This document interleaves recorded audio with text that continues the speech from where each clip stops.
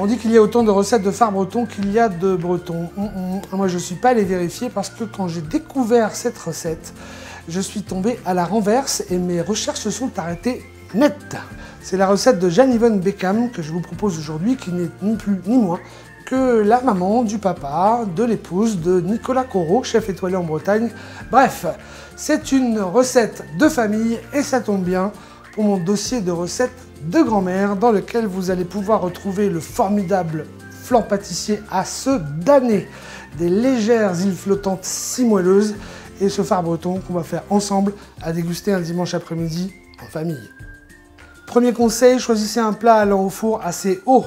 Ici, j'ai 8 cm. En effet, le phare va monter durant la cuisson avant de redescendre.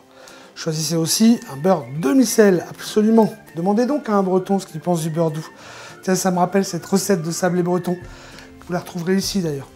Quand j'avais publié sur les réseaux sociaux en disant que j'avais mis du beurre doux et du sel, une horde de bretons était arrivée. Paf, j'ai servi de punching ball.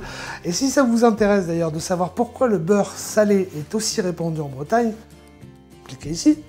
On se retrouve sur le plan de cuisson. Commençons donc par réaliser le beurre noisette. C'est lui qui va donner cette incroyable saveur au phare. L'important, c'est de ne pas le brûler. Faites fondre le beurre à feu moyen.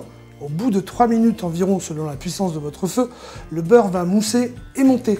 À ce moment-là, remuez la mousse, vous allez découvrir que le dessous est d'une couleur noisette avec des petits cristaux comme ici. Stop, c'est fini, vous coupez le feu et vous posez le plat sur une surface froide pour stopper la cuisson ou vous transvasez le beurre noisette dans le plat si vous ne l'avez pas utilisé pour le faire fondre. C'est le moment de préchauffer votre four à 160 degrés en chaleur tournante, puis de mélanger le sucre et la farine ensemble. Puis rajouter les œufs et fouetter jusqu'à l'obtention d'une pâte lisse. Je vous préviens, il va falloir sortir l'huile de coude. Ajoutez ensuite le lait tout en continuant à remuer jusqu'à l'obtention d'une pâte bien homogène. Vous pouvez utiliser cette fois du lait entier comme ici ou du lait demi-écrémé sans problème parce que je pense qu'on a assez de matière grasse avec le beurre. Mais moi je suis un gourmand. On a bientôt fini, c'est dingue non?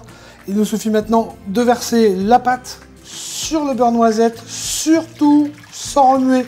C'est le deuxième secret de la recette. C'est le moment maintenant d'enfourner, à tout à l'heure.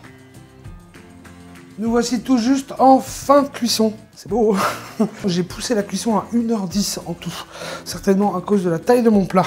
Je prends la lame d'un couteau, si elle ressort propre comme ici, c'est que c'est cuit. Vous le laissez tiédir ou même complètement refroidir avant de le déguster. C'est le moment de sortir les chapeaux ronds si vous en avez et de remercier la Bretagne pour cette fantastique recette. A très bientôt en cuisine, régalez-vous.